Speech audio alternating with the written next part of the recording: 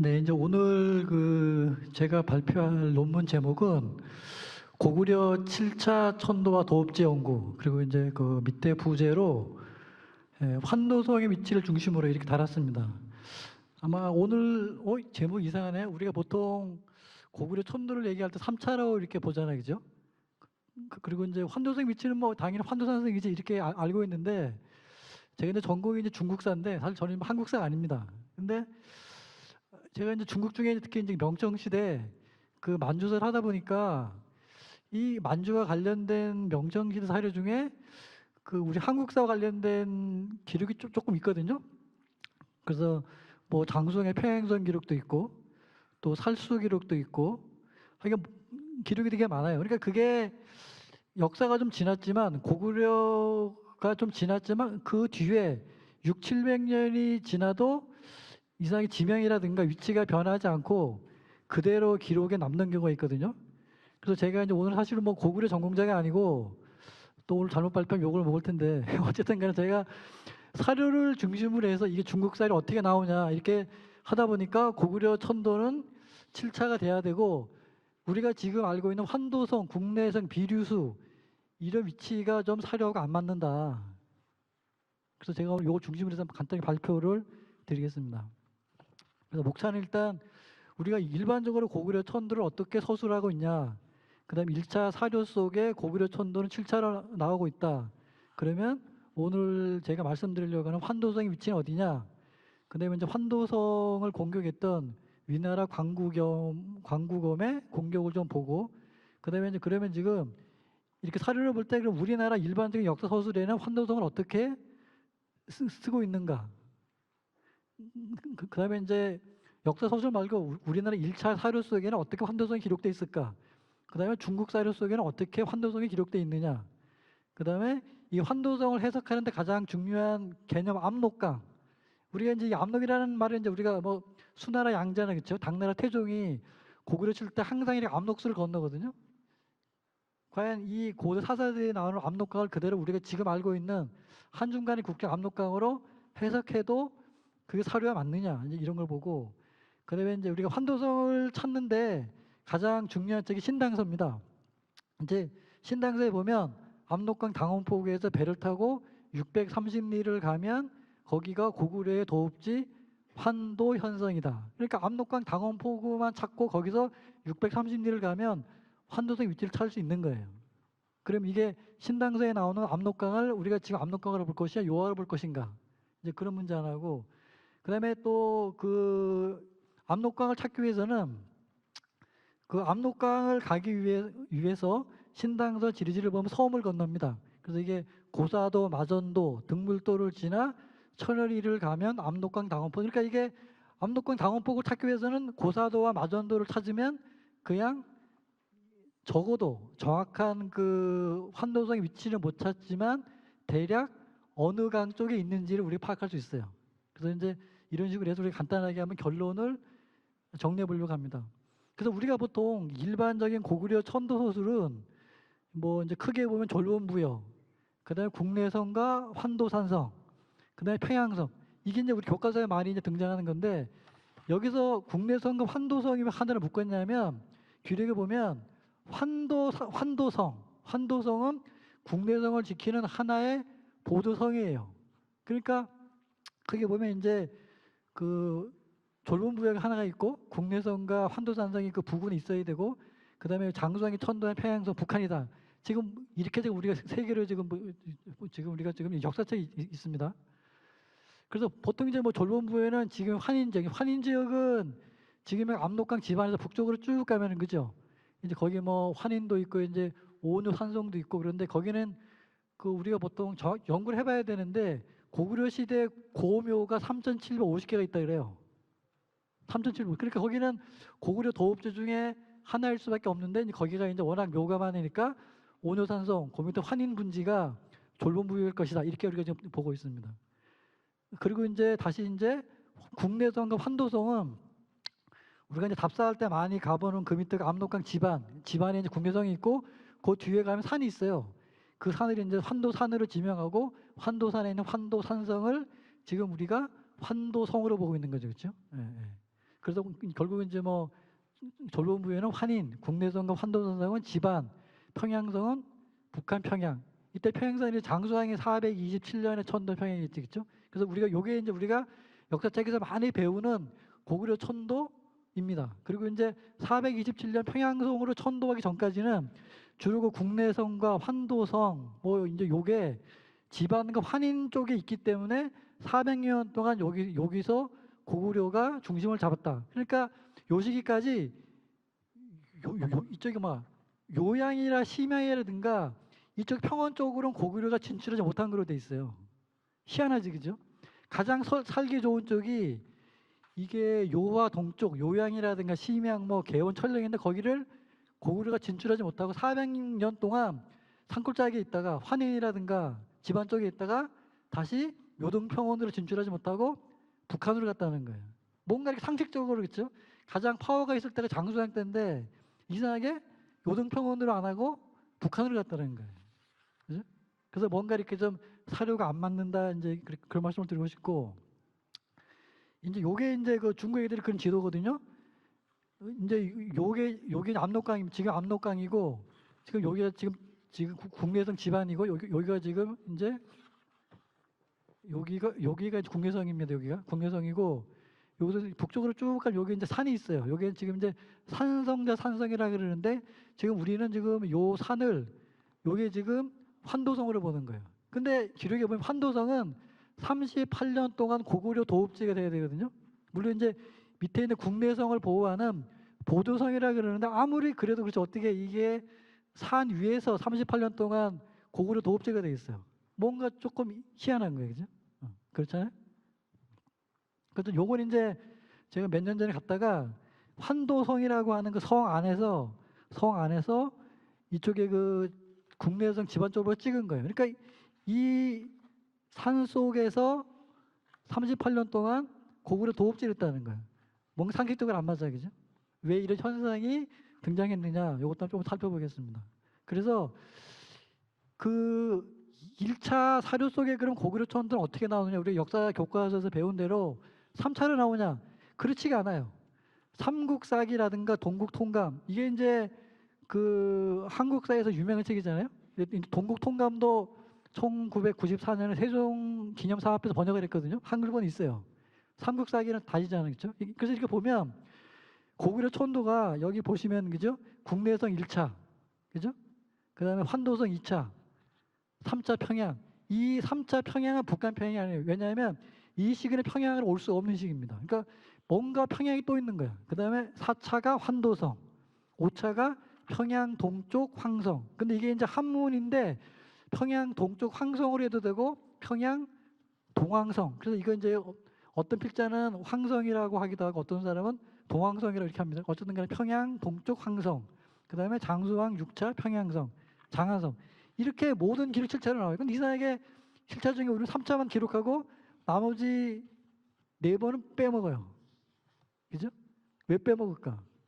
역사책에 있는 건데. 그래서 하여간 그렇고 그래서 이게 이제 삼국사기에도 똑같이 이제 그죠? 뭐 기원전 37년에 졸본, 기원 후 3년 국내성, 기원 후 209년 환도성, 그다음에 기원 후 247년 평양, 기원 후 342년 환도성, 고구권왕 13년, 343년에 평양 동쪽 황성, 기원 후 427년에 평양성, 그다음에 장안성. 이렇게 딱 맞잖아요, 그렇죠? 이게 제가 지은 게 아니라 사료에 정확하게 나오는 겁니다. 그다음에 이제 동국통감, 이건 이제 조선 초기의 왕명으로 쓴 거거든요. 이게 막 쓰는데 여러 가지 사료를 모으고 버리고 하느라 시간이 오래 걸린 책입니다. 정확한 책이에요. 그래서 여기도 보면 약간 이제 이런 거 AD 30, 30 이런 거 연도는 틀린데 하여간 어쨌든 국내성, 환도, 평양, 환도, 평양 동쪽 황성, 평양성, 장안성. 그러니까 이게 맞으면 앞으로 우리 교과서를 바뀌어야 되는 거예요. 이제 그러면 야 이게 우리가 알고 있는 3차인데 3차를 7차로 바꿨을 때는 어떠한 또 문제가 있느냐. 이게 수도의 위치가 바뀌어야 되는 거예요. 수도의 위치가. 복잡합니다. 이게. 그럼 야 아무리 그래도 그렇지 지금 그 한국사 정제가 유명인데 고구려 천도, 고구려 수도 위치를 잘못 잡았을까 그런 생각하잖아요. 그죠? 근데 잘못 잡을 수 있죠. 왜냐하면 우리가 살다 보면 첫 단추를 잘못 끼면 나머지 단추도 잘못 끼게 되잖아요. 그럴 수 있는 거예요. 그래서 우리가 역사 지리적 위치를 하나를 잘못 잡으면 이렇게 고구려 도읍지 위치도 바뀔 수 있고 천도 해수도 바뀔 수 있다. 이런 고민을 해봅니다. 그래서 이제 요것도 이제 거기 이긍 이게 연료실 기술에도 보면 졸본, 국내, 환도, 그다음에 평양, 뭐 환도, 평양, 이렇게 해서 쭉 해서 이렇게 어쨌든 간에 총 7차 이렇게 천도가 돼. 그래서 그게 삼국사기부터 고려 후기까지 1859년 윤정기가 쓴 그런 문제에도 보면 항상 7차라고 고대 학자들이나 관료들이나 이런 모든 기록들은 7차로 돼 있어요. 그죠?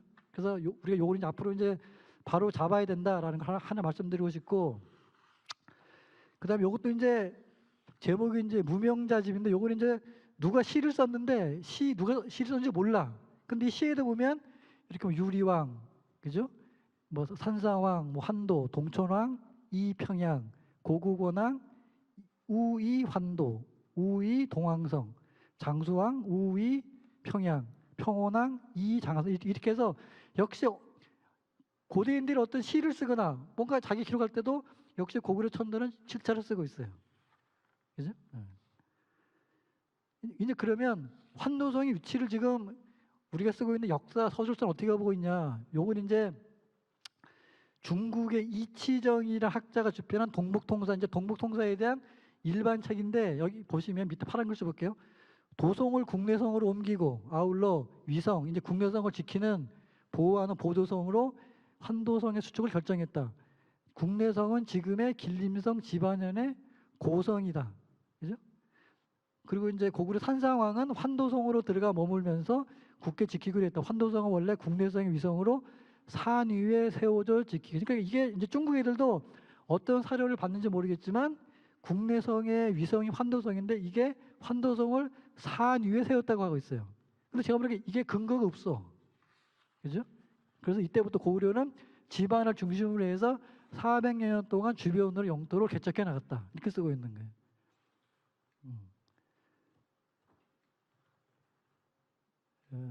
이제 그 다음에 이제 여기 이제 환도성이 이제 우리 잘 아는 그 광구검의 공격을 받잖아요. 그래서 여기 이제 조금 아까 소개했던 그 중국인이 쓴 동북통사 중에 3장 위진 남북조 시기의 동북을 보면 결국 이제 뭐 여러 가지 쭉 얘기가 나오다가 결국 이제 그 조위는 결국 광구검을 보내서 고구려를 정벌하였다. 그래서 광구검은 승세를 타고 도륙하고 1,000명을 참수하였다. 광구검은 군대를 이끌고 개성하였다.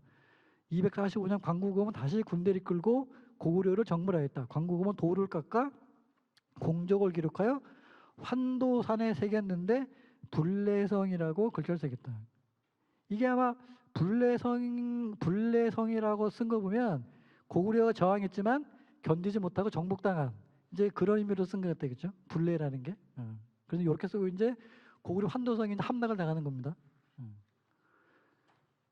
그리고 다시 이제 342년에 모용왕이 다시 군사를 이끌고 환도성을 꼭 공격합니다. 이때 미천왕의 묘를 파헤치고 그 시신을 가져가고 수많은 보물과 남녀 5만여 명을 포로로 잡아갑니다. 궁실과 환도성을 파괴하고 돌아갑니다. 이때는 환도성이 다시 파괴되자 343년 다시 평양성 동쪽 황성 또는 동황성으로 천도합니다. 근데 그러면 우리나라 역사 서술서에는 어떻게 서술이 돼 있냐? 제가 이제 샘플 이제 그 표본으로 잡은 책이 고구려 역사 유적의 어제 오늘 2009년에 나온 책이거든요. 최근에 나온 책인데 여기 보면 이제 뭐 고구려는 여러 차례 도성을 옮겼다. 첫 번째 도성인 졸부는 홍강역. 이제 홍강이 지금 환인 지역에 있는 거잖아요. 환인 지역 일대로 비정된다. 이게 이제 비정이란 말이 참 그죠? 애매한데 사실 비정이란 말은 확신할 수 없다는 얘기야. 그냥 거기로 추측된다. 뭐 그렇게 봐야 될 것 같아요. 그리고 이제 그 산 위의 성곽은 이제 온효산성이고 졸보는 그 동쪽 환임된 수몰지구를 비장할 수 있다. 그래서 어쨌든 간에 한국도 그 동맹왕 때 수도로 삼았던 졸본 첫 번째 수도, 천도가 아니라 첫 번째 수도는 지금의 환인 지역으로 이렇게 보고 있고, 그다음에 이제 이제 산상왕이 이제 수도를 옮기는데 이런 거예요. 산상왕 때 천도설은 성립하기 어렵다. 이게 기록에 있는데 어떤 이유인지 모르겠지만 산상왕 때 천도설은 성립하기 어렵다. 국내 천도 초기의 도성의 구체적인 위치는 정확하게 파악하기 어렵지만 늦어도 3세기 중반에는 현재 집안 국내 성지와 산성자 산성으로 이루어진 도성 체계를 확립한 것으로 보인다. 그래서 어쨌든 간에 결국은 지금의 이제 국내성하고 환도산이 지금의 집안에 있는 거로 보는 거잖아요. 그렇죠? 그래서 이제 결국 이제 국내성은 광활한 판도를 경영하기에는 공간이 협소하고 교통도 불편했다. 이에 고구려는 대제국을 원활하게 운영하고 북위의 침공에 대비하기 위해서 북한 평양, 그 장수왕 때 북한 평양으로 옮겼다. 그렇게 돼 있는 거예요. 그러니까 역시 한국도 아까 얘기했던 뭐 평양성이라든가 평양 동쪽 황성은 다 빼고 3차 설에 기반을 해서 이렇게 역사책을 지금 쓰고 있는 겁니다. 이제 그러면 이제 우리나라 사료 속에는 이 환도성이 어떻게 나올까? 뭐 삼국사기에 보면은 뭐 환도성을 쌓다, 그죠? 왕이 환도로 도읍을 정했다. 또는 9월에 환도에서 열매가 달린 큰 벼이삭을 바쳤다. 10월 겨울, 10월에 환도성의 간주리가 반역했다가 죽임을 당했다. 그다음에 동천왕 20년 위나라 유주자자 광구검의 군대를 이끌고 침공에 와서 환도성을 한 번씩. 그래서 이렇게 보면 그냥 환도성이니까 혹시 이게 환도산성일 수도 그죠? 성 있잖아, 그죠? 뭐 산성이 이렇게 산자 빼고 이게 산성일 수도 있다. 이렇게 보는데 이제 이게 그 중국 사례에 보면 이게 환도성을 산성으로 볼 수 없는 기록이 자꾸 나오는 거예요. 여기 이제 보시면 이제 통전은 이제 당나라 때 쓰여진 책인데 여기 이제 고구려 왕 이모가 다시 새 나라를 세워 환도산 아래에 도읍하였는데 비류수의 동쪽에 있다. 이게 산 위에 세웠으면 이게 산 아래에 세웠다 그러지 않잖아요. 환도산 아래에 도읍하였는데 비류수의 동쪽에 있다. 그죠? 또 이제 남사에도 보면 고구려 왕도는 환도산 아래에 있다. 그죠? 환도산 아래에 있는 거예요. 그럼 이제 그렇다면 이와 같이 환도성은 환도산 아래에 있어야 되고 아까 삼국사역에서 본 것처럼 벼가 재배돼야 되고 그죠? 그잖아요. 그리고 강 비류수 동쪽에 있어야 되고 그런 거예요. 만약 그렇다면 이러한 다양한 기록들이 있는데 어떤 이유로 집안의 산성자 산성이 아까 봤던 거죠? 국내성 뒷산 왜 그게 학자들이 환도산성으로 기록을 했을까? 그것은 신당서 지리지의 압록을 지금의 압록강으로 해석하고 자의적으로 지리적 위치를 추정했기 때문이다. 그죠? 이제 그렇다면 신당서 도대체 지리지가 뭐냐? 거기에 나오는 압록강 당원포구에서 630리를 가면 환도현성이라고 있는데 거기도 환도현이라고 하거든요. 현이라는 건 산이 아니잖아요. 환도현성이 있는데 그렇다면 이 신당서 지리지를 정확하게 해석을 하면 환도성의 위치를 대략적으로 지금의 압록강인지 아니면 다른 강인지 우리가 추적할 수가 있다. 이렇게 해서 제가 한번 신당서 지리지를 꼼꼼하게 한번 봤습니다. 그러면 이제 그 전에 신당서 지리지를 보기 전에 이 수당 요금 시대 때 압록강을 중국 학자들은 어떻게 기록하고 있는가? 특히 이제 그 송나라가 성리학자 주자의 말을 모아놓은 주자 오류에 보면 이렇게 돼 있어요. 천하에는 3대 강이 있다. 황하, 장강, 압록이다. 중국에는 그 7대가 있잖아요, 그렇죠? 7대강. 뭐 흥령강도 있고 요하도 있는데 여기서 한번 요하고 압록강을 거기 한번 답세해 보면 거기 지금의 그 요하를 가보면 다리 길이가 4km예요. 다리 길이가. 근데 압록강은 강폭이 제일 넓은 밑에 그 신의주 쪽에 가보면 강 크잖아요, 그렇죠? 가보면 거기는 한 길이면 700m 될까? 800m?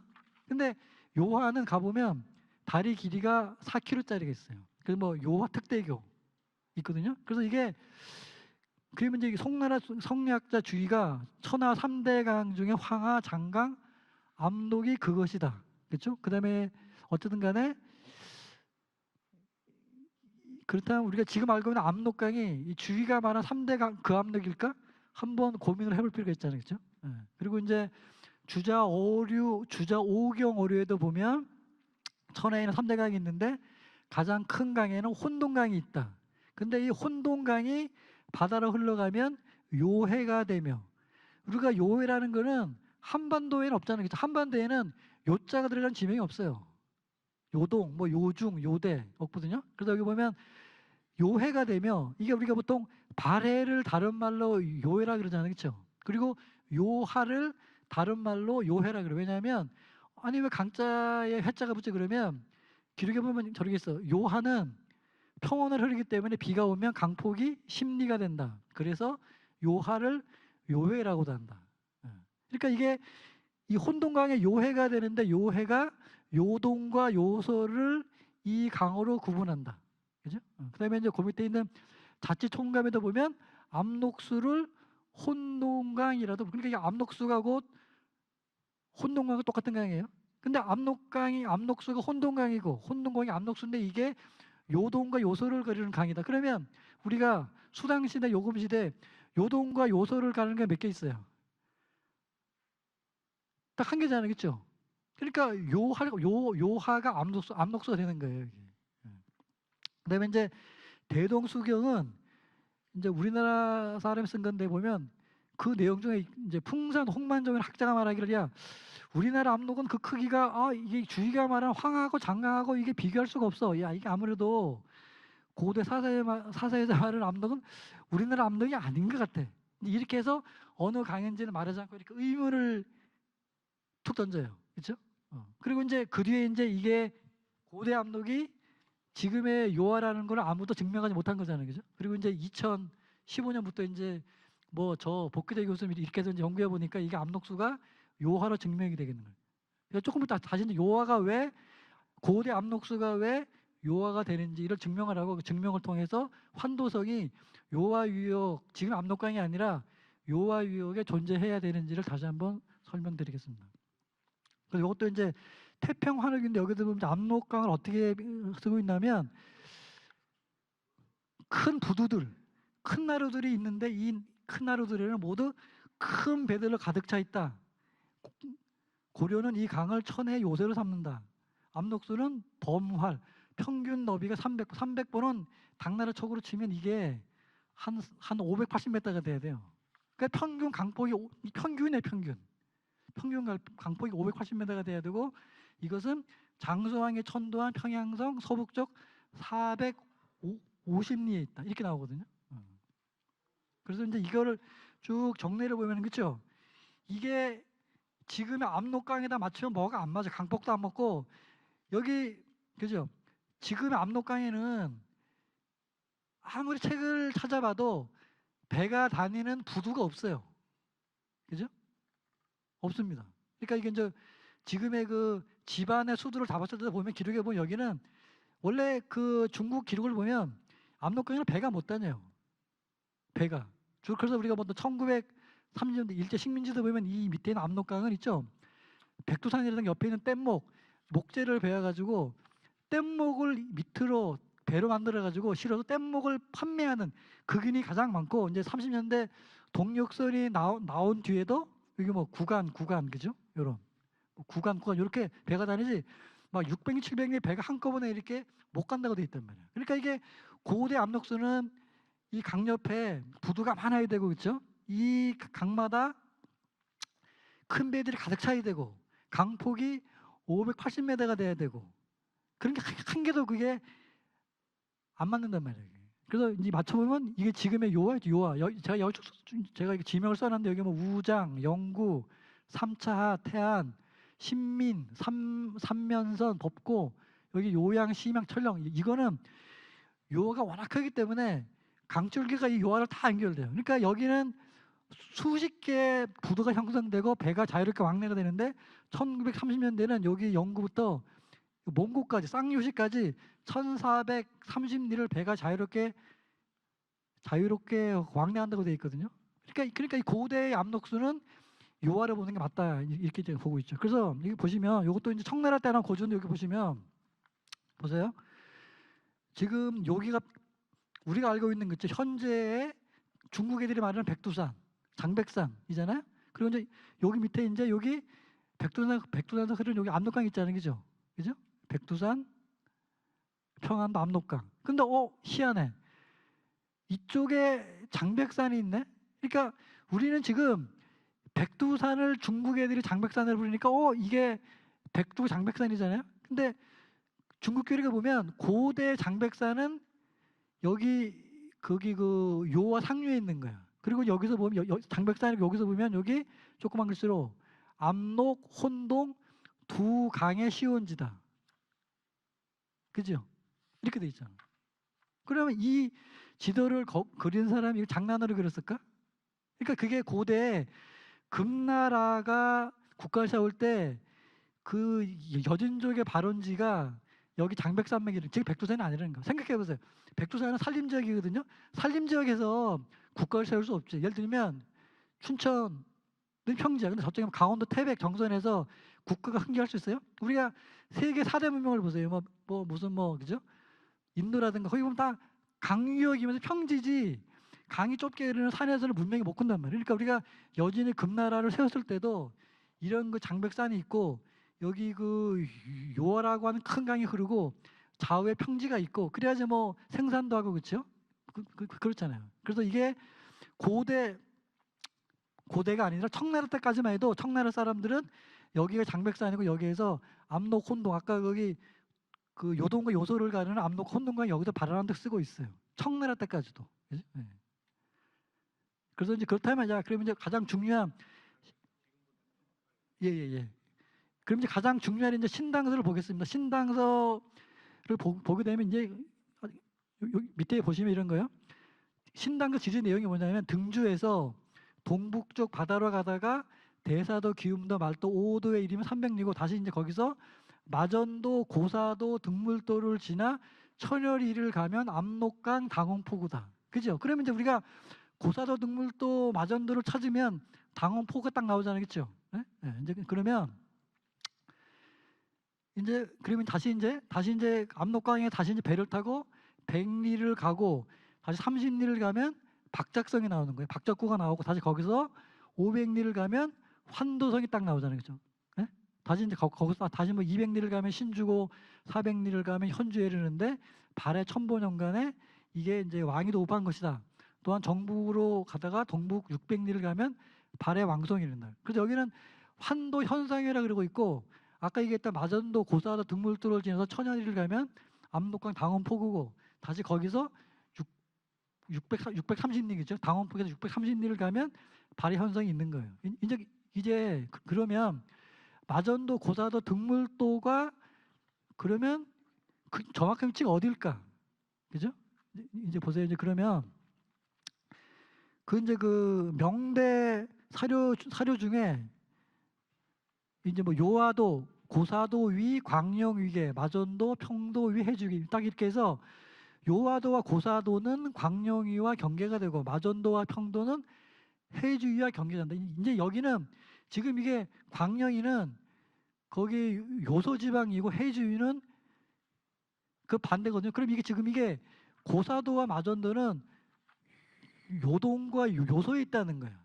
그러면 이제 고사도와 요걸 그죠? 이제 지나서 천리를 가. 그럼 여기 보세요. 이제 요것도 이제 명나라 때 그 주해도 편이라는 그 책인데 이게 뭐냐면 그 명나라 때는 왜구가 하도 심하니까 바다에 있는 섬을 방어선으로 하기 위해서 저 밑에 동남해안부터 이쪽 압록강까지 섬을 다 그러는 거예요. 이제 그 중에 이제 여기 보시면 여기 이제 고사도, 마전도잖아요. 근데 고사도, 마전도를 지나 천리를 쭉 들어오면 이게 지금의 압록강이 나오는 게 아니라 요하가 나오는 거예요. 그죠?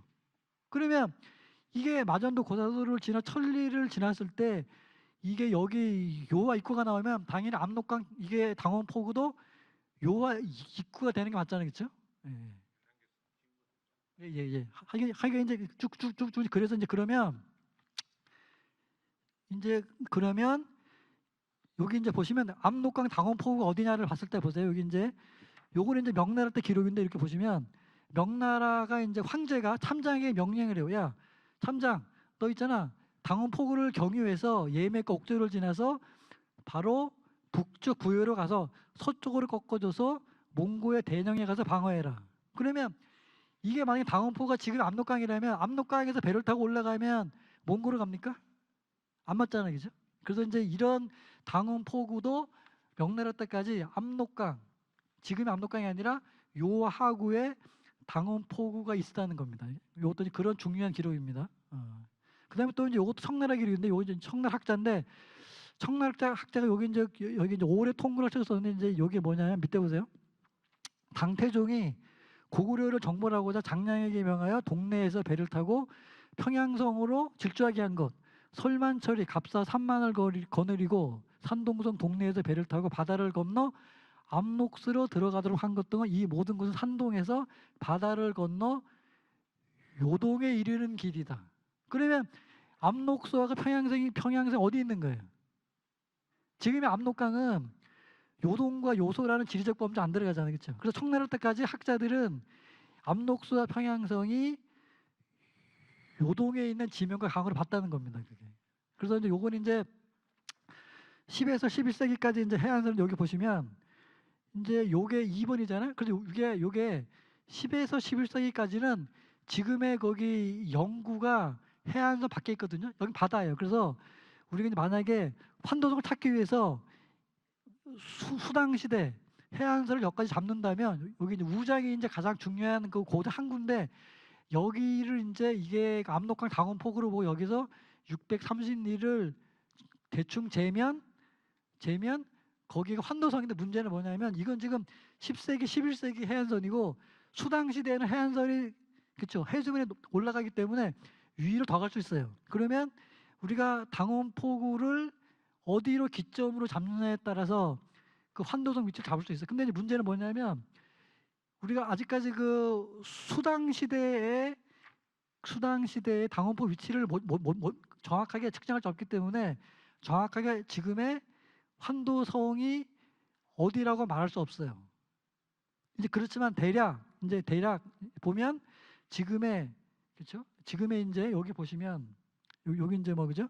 여기라 그러면 여기가 이제 당원포구라 그러면 대충 재면 여기 이제 뭐 철령이라든가 개원이라든가 창두 요 라인이 환도성이 돼야 된다. 따라서 환도성의 위치가 지금의 압록강이 아니라 요하구로 와야 돼. 환도성 오게 되면 국내성도 요하로 와야 되고, 그 다음에 귀류수도 일로 와야 되고, 광구검에 공략한 지역도 요 지금의 산골짜기 집안이 아니라 요하 유역으로 와야 된다는 거예요. 따라서 이제 우리가 앞으로 고구려 중심지를 연구할 때 지금의 압록강에서 포인트를 잡는 것이 아니라 고구려와 요하의 관계. 그러면 이 요하와 고구려 관계를 잡으면 왜 고구려가 요하 유역을 차지하려고 해요? 왜냐하면 요하 유역은 요하 평야가 있잖아요. 평원이 있잖아요. 평원이 있고 요하 수운이 있고 물길이 요하와 다 연결되고, 그다음에 이제 이게 요하에서 배를 타면 1,400리를 통해서 몽골로도 가고 길림으로도 가고 중국 본토로도 가고 한반도로 이게 조건이 맞는단 말이에요, 그렇죠? 그래서 우리가 이제 아까 설명드렸지만 장수왕의 그 천도한 평양성도 북한 평양이 아니라 중국 사료에는 지금의 그렇죠? 만주 중심의 가장 중요한 도시 요양으로 기록된 것도 이러한 기록이 반증하는 것이다. 그래서 우리 앞으로 고구려 연구할 때 환인이나 지환도 연구해야 되지만 이런 기록을 보면 고대 압록수는 지금의 요하가 돼야 되고 요하 상류에서 고대 중국 고구려 수도를 찾아야 된다. 그래서 제가 여기까지 말씀드리는데, 이게 뭐 오늘 제가 처음 들으시고 저게 말이 돼? 저것도 사입이 아니야? 이렇게 말할 수 있지만 어쨌든 간에 제가 지금 쭉 사료를 보여드렸기 때문에 사료는 이렇게 말을 하고 있고, 우리가 조금 이렇게 인식이 전환을 해서 고구려 천도도 7차로 바뀌어야 되고 고구려 중심지도 요하라고 하는 만주의 젖줄 큰 강을 끼고 다시 한번 생각해 보면 우리가 왜곡된 역사를 바로 잡을 수 있지 않을까, 이렇게 말씀드리면서 간단하게 강의를 마치겠습니다. 네, 감사합니다.